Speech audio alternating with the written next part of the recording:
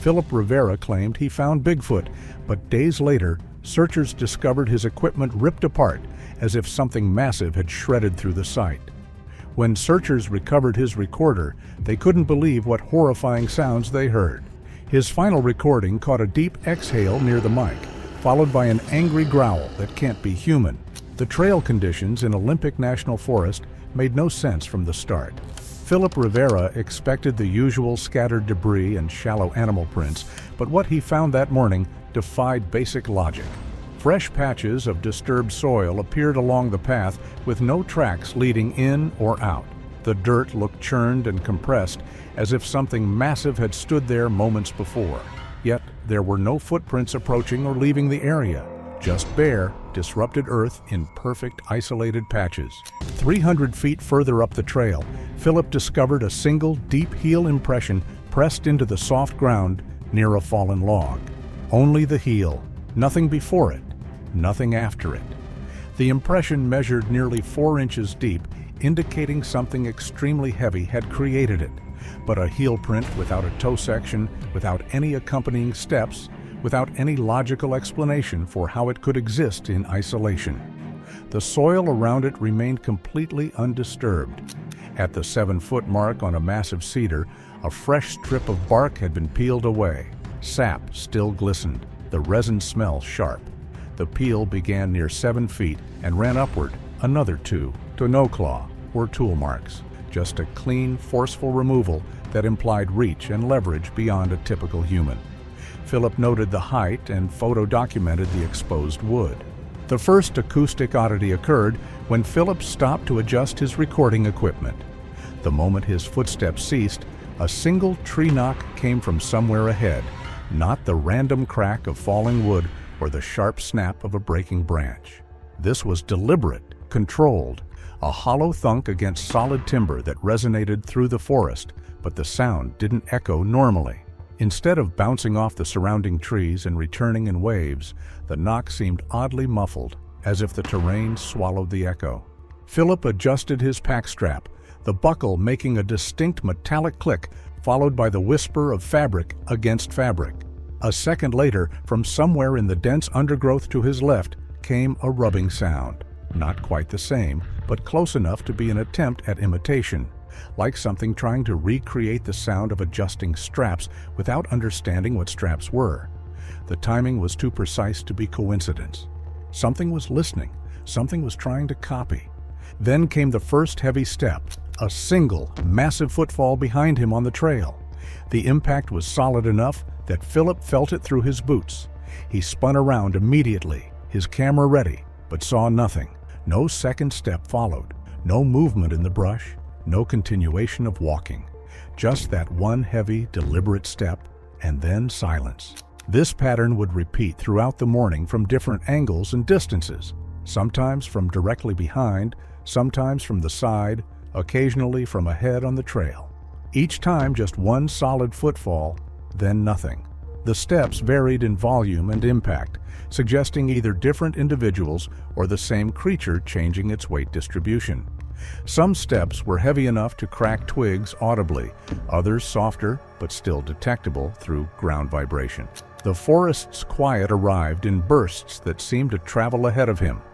Birds went still just before he reached certain stretches, then resumed somewhere behind. It didn't feel random, but it wasn't perfectly uniform either. Pockets of silence that shifted with his path. As he walked forward, these quiet zones moved with him, though not in any measurable pattern. Every time Philip adjusted his gear, whether his backpack, his jacket zipper, or his equipment cases, something in the forest would attempt to replicate the sound. These weren't echoes. The attempted mimicry came from different directions each time, always slightly off in pitch or duration. The attempts grew more accurate over time, first just rough approximations, then closer matches, as if whatever was listening was learning through repetition. Philip's microphone began picking up deep rumbles below normal hearing range. These occurred in short bursts, coinciding with moments when the forest fell completely silent. The rumbles weren't random, but had a pattern to them, like deliberate vocalizations from something with a massive chest cavity. Each burst lasted 2 to 3 seconds, followed by silence, then another burst from a different location. Small disturbances in the underbrush suggested more than one individual moving through the forest.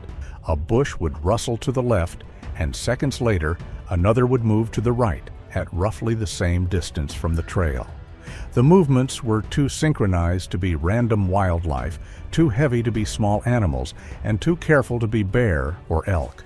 Whatever was out there was maintaining specific distances from Philip while moving parallel to his path. Philip noticed his recording equipment picking up brief heat blooms when he scanned the forest. Not clear shapes, just momentary warmth that appeared and vanished too quickly to focus on. These heat traces appeared between 5 and 8 feet off the ground, consistent with something moving at a height above typical deer or elk. The thermal camera would register movement. Philip would swing toward it, and by the time the camera focused, only residual warmth remained on tree trunks or branches. The trail climbed onto a narrow ridge where light cut sharply through the trees. The transition was abrupt, moving from dense canopy into a stretch where afternoon sun broke through in defined columns. Visibility improved dramatically, yet Philip felt more exposed rather than safer. The ridge was barely 8 feet wide in places, with steep slopes dropping away on both sides into thick undergrowth. As Philip ascended, loose shale slid downslope beneath his boots. The sound was distinct, a cascading rattle of small stones tumbling over each other. Then, seconds later, another slide came from higher up the ridge. The same rattling cascade, but heavier, reacting to weight that wasn't his. Philip stopped moving and listened. The shale above had already settled into silence. A windless rustle came from the crest, where a section of manzanita swayed without any corresponding movement in the surrounding brush. The motion was isolated, deliberate, as if something had brushed against just that one cluster of branches. Then small stones rolled in a straight line toward him, not scattered randomly, but following a precise downhill path. They weren't thrown with force, but dislodged, pushed loose by something moving along the ridgeline above. Near the top, something shifted between 2 tree trunks. Philip caught it in his peripheral vision, a brief interruption of light where shadow should have been. He snapped his head toward the movement, camera already rising, but whatever had been there was gone. The space between the trunks was empty, yet the quality of light seemed wrong, as if it was still recovering from an obstruction. On the crest, disturbed needles formed a broad, irregular oval in the soil. The depression was recent, the needles still springy rather than compressed, flat by time. Whatever had created the disturbance had been large and had rested there long enough to leave a clear impression. The surrounding ground showed no approach or departure tracks, just this single flattened area. Then a deep single huff carried a downslope. Not quite a grunt, not quite a breath, but something between the two. The sound had weight to it, a forceful expulsion of air from something with lung capacity far exceeding human scale. A pause followed, complete stillness on the ridge. Then one pebble came skipping through the brush downslope, bouncing twice before coming to rest near Philip's boot.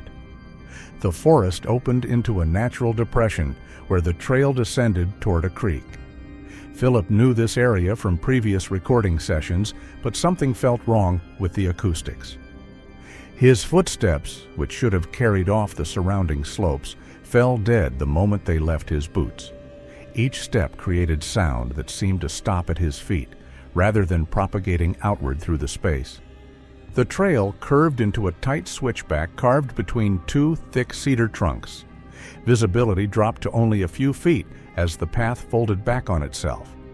The cedars created natural walls on both sides, their massive trunks blocking any view of what might be approaching from either direction. As Philip rounded the bend, a sudden rush of air brushed past his right side, fast, directional, and too cold to be body heat, yet too narrow to be wind. The movement stirred loose moss hanging from an overhead branch, sending a strip of it drifting downward like ash. Philip swung the camera toward the bend he'd just passed, his heart rate spiking. The viewfinder showed only stillness, the empty trail behind him, the cedars standing silent. But on the trail surface behind him, fine dust had been pushed aside in a curved line. The mark followed the inner edge of the switchback, like something large had brushed past its speed, hugging the inside of the turn to stay out of sight. Ahead of him, a branch swayed at head height. 7 or 8 feet up, it rocked once, slowly, as if recovering from pressure. No other vegetation moved with it, and there was no breeze strong enough to single out one branch. The movement was wrong, isolated, deliberate. A faint, earthy odor lingered in the air, wet soil, crushed ferns, and something musky underneath. The smell wasn't unpleasant exactly, but unfamiliar. Animal, but unlike anything Philip had encountered in years of fieldwork. Philip tightened his grip on the camera. The switchback felt claustrophobic now, oppressive. The realization hit him that something had used the tight turn to slip around him unseen, passing within feet, while the cedars blocked his line of sight. Whatever was out here knew the terrain better than he did.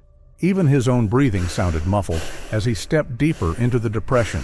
The acoustic deadness intensified with each step downward, as if he was descending into a space that absorbed sound rather than reflected it. When he tossed small stones into the creek below as a test, the splashes seemed delayed, arriving a fraction of a second too late. Worse, the sounds came from the wrong direction, displaced from where he'd aimed the throws. This area created an unsettling sensory experience that went beyond simple acoustics. Without the normal feedback of echoes and ambient reflection, Philip felt isolated in a way that had nothing to do with being alone. His equipment showed reduced sound reflections compared to what the terrain should produce. The depression's shape should have created natural amplification, but instead, it was functioning like an anechoic chamber. Normal forest acoustics simply weren't functioning as expected in this depression, and Philip had no explanation for why. 2 distinct movement patterns emerged from the surrounding forest. On the left slope, heavy heel-first impacts suggested something large descending toward his position. Each step pressed deep into the soft earth with considerable weight behind it. But on the right side, the steps were different, softer, more controlled, with less weight behind them, either a smaller individual or the same type of creature moving with deliberate caution. The 2 patterns maintained parallel paths, descending at the same rate, but with distinctly different gaits. Occasional sounds from positions between them hinted at a possible third presence, though this was never clearly confirmed. Philip muttered to himself while checking his equipment settings, a habit from years of solo recording. The words held on escaped under his breath, barely audible. But from the left slope came a response that made him freeze. The same words, or an attempt at them, repeated back in a voice that wasn't right. The syllables came out broken and wet-sounding, labored like something forcing air through a throat, not designed for human speech. The consonants were missing or wrong, the vowels stretched in unnatural ways. The attempted mimicry triggered a series of whistle-like signals from positions around the draw, too deep and smooth to be bird calls, produced by something with a large mouth cavity shaping the sound deliberately. The 2-tone whistles seemed to carry meaning, one call from upslope, another in response across the creek, each followed by coordinated movement. As Philip moved deeper into the forest, the whistles shifted in tone and duration. Longer calls preceded position changes, while shorter, sharper ones followed stone throws. Patterns that suggested not random noise, but an organized communication system between multiple unseen individuals. Philip discovered a fresh branch arch near the creek's edge. A living branch from a young alder had been bent down and woven with another branch to create a deliberate arch shape. The bark was torn where the bending had stressed the wood beyond its natural flexibility. This wasn't wind damage or random forest debris. Someone or something had created this structure recently, positioning it to face directly along the trail Philip was walking. The thermal imaging equipment registered a significant heat signature. A large heat mass rose from behind a fallen log, stood at what appeared to be 7 or 8 feet in height based on nearby trees, then dropped back down quickly. No clear body outline appeared, just a pillar of heat against the cooler forest background. The heat signature suggested something considerably larger than a human. A second heat signature appeared briefly about 20 feet away, confirming at least 2 individuals.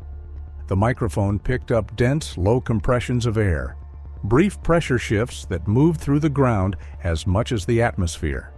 During one particularly strong pulse, Philip reported feeling a strange pressure in his chest. These pulses often preceded coordinated movement from multiple directions. Branch breaks began appearing at unusual heights throughout this section of forest. Fresh breaks on branches 8 to 9 feet off the ground, with the broken ends pointing downward as if pulled from above. The sap was still wet on all of them, meaning they'd been broken within the past hour. No climbing marks appeared on the tree trunks, and the breaks were too high for a human to reach without equipment. The stone throwing began as Philip climbed out of the echo-dead draw. The first few splashed into the creek with enough force to send water spraying up through the ferns. These weren't randomly falling rocks. Each stone followed a deliberate trajectory that required considerable strength to achieve the distance and accuracy displayed. The throws came from elevated positions on both sides of the trail, creating a crossfire pattern that left no doubt about their intentional nature. The pattern evolved quickly and revealed disturbing sophistication. Stones would land behind Philip while heavy steps approached from the front. When he stopped moving, the stones stopped. When he started again, they resumed, always maintaining a specific distance that seemed calculated to intimidate without actually striking him. The timing between the stone throws and the footsteps suggested coordination between at least 2 individuals working together with clear intent. When Philip threw stones back into the forest, the responses showed clear intent. When Philip threw stones back into the forest, the responses showed clear intent. Each variation, 1 stone, several, left or right, was met with a corresponding change in return pattern. The volleys followed a deliberate rhythm that seemed to test his reactions, mimicking his behavior with unnerving precision. It felt less like random aggression and more like structured interaction, communication through imitation, deliberate and intelligent. Philip's attempts at wood knocking to establish communication were met with responses that grew more complex. His simple double knock pattern was returned as a triple knock. When he tried 3 knocks, the response came as 3 knocks from one direction followed immediately by 3 from another position. The knocks weren't just mimicry anymore, but seemed to be an exchange, though the pattern and meaning remained unclear. Philip tried varying his approach, testing different rhythms and patterns. He knocked slowly, deliberately, hoping to signal peaceful intent. The forest answered with rapid-fire knocks from multiple positions, overwhelming his simple attempts. He tried matching their patterns, repeating what they gave him. Sometimes this worked, resulting in what felt like acknowledgement. Other times, the knocks would stop entirely, as if he'd said something wrong in a language he didn't speak. His verbal attempts at communication became more frequent as the stone throwing intensified. He called out that he meant no harm, that he was just recording. His voice sounded small and inadequate against the backdrop of coordinated movements and deliberate sounds coming from the forest. The recordings captured the shift in his tone over time, from curious to concerned, from concerned to openly fearful. Brush movement became more obvious as the creatures seemed to grow bolder or more agitated. Whole sections of salmonberry and devil's club would sway as something large pushed through. The movement would start high, around 7 or 8 feet, then sometimes drop lower, around 4 feet, as if the creature was changing its posture while moving. This happened too quickly to be 2 separate individuals passing through the same spot. The forest stalking behavior intensified as Philip entered denser old-growth timber. The steps following him began matching his pace exactly. When he slowed to navigate a fallen tree, the steps slowed. When he sped up on a clear trail, the steps sped up too, maintaining perfect synchronization. This wasn't just following anymore, but deliberate mimicry of his movement pattern. Heavy breathing hit Philip's microphone directly, so close proximity caused distortion in the recording. The exhale was deep and wet-sounding, like air passing through a much larger chest cavity than any human possessed. The sound came from directly behind him, perhaps 10 feet at most. When Philip spun around, he saw nothing, but branches were still swaying at about 7 feet off the ground, where something had just passed. Philip spoke clearly, trying to establish peaceful intent. He said, "Okay," slowly. The response came from 2 directions almost simultaneously, one deep and resonant, one slightly higher pitched, not 2 separate attempts, but 2 voices trying to speak together, neither quite getting the word right, but both making the attempt at the same moment. The movement patterns in the brush became more aggressive. Vegetation would shove sideways in abrupt bursts, the brush shifting as something large moved through with little concern for concealment. One sequence showed branches breaking at 8 feet, then immediately after at 4 feet in the same area, too fast for it to be 2 individuals. Philip reached the creek crossing where the trail forded a shallow section. As he entered the water, a massive splash erupted upstream, far too large for any native wildlife. The splash pattern suggested something of considerable mass entering the water deliberately. Seconds later, another splash occurred downstream from Philip's position. Something had entered the water from 2 directions. The realization hit Philip immediately. He was being boxed in. The creek ran perpendicular to the trail, and now he had something upstream blocking one direction and something downstream blocking the other. The only way out was forward, across the creek and up the far bank. His breathing picked up noticeably in the recording. The sounds at the water crossing became more intense, deep, guttural vocalizations that weren't quite growls, but weren't attempts at human speech either. These sounds reverberated off the water and rocks, creating an acoustic environment that made it hard to pinpoint their exact source. The vocalizations came in short bursts, almost conversational in their back-and-forth pattern between upstream and downstream positions. They were talking about him, about what to do with him. The thought was unavoidable. Philip's thermal camera showed multiple large heat signatures converging on the creek crossing. At least 2, possibly 3 distinct heat sources approached his position from different angles. The heat signatures suggested masses far larger than human, moving with purpose toward his location. One signature stood briefly at what the nearby tree suggested was over 7 feet tall before dropping back into the vegetation. Philip swept the thermal camera in an arc, trying to get a clear read on how many were present and where exactly they were positioned. The screen lit up with brief blooms of heat that appeared and vanished too quickly to count accurately. Something upstream, something downstream, movement on the far bank, possibly something behind him on the trail he'd just descended.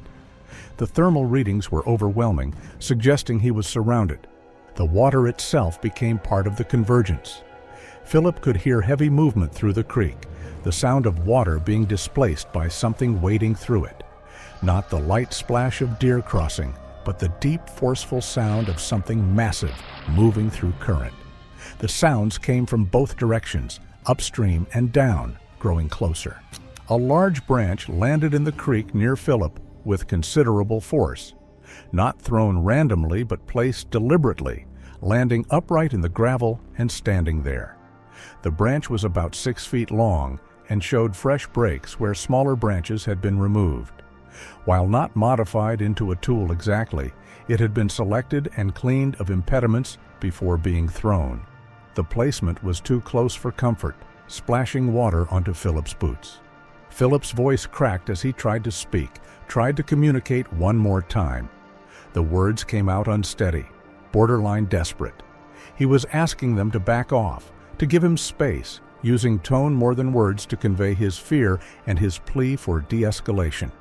The whistles and wood knocks increased in frequency and intensity, creating an almost overwhelming cacophony of communication sounds.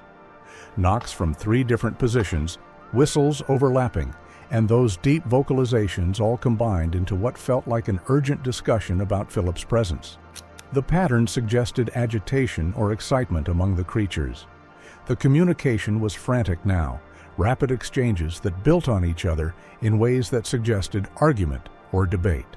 3 slow knocks came from upstream, each one roughly 2 seconds apart. Then, after a pause, a single fast knock from downstream. The rhythm differed from the earlier knock exchanges. More deliberate, more structured. The pattern repeated from different positions, maintaining the same timing. Philip's equipment recorded at least 3 different sources, producing this pattern from different directions.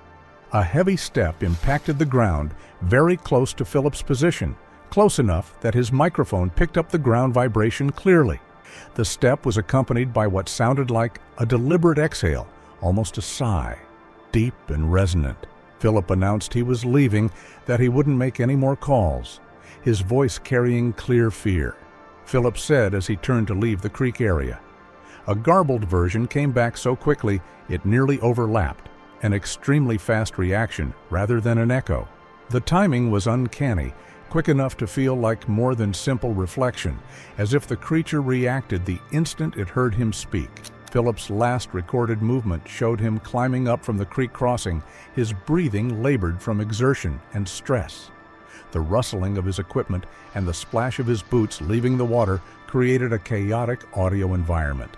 Then came the sounds of his fall, dirt sliding, gear impacting rock, the parabolic dish scraping against something hard, a grunt of pain or surprise from Philip.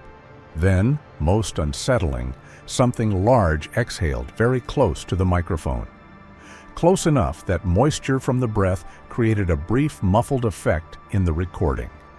The exhale was followed by movement sounds, something large shifting position near the fallen equipment. Not aggressive sounds, but investigative, as if examining what had fallen.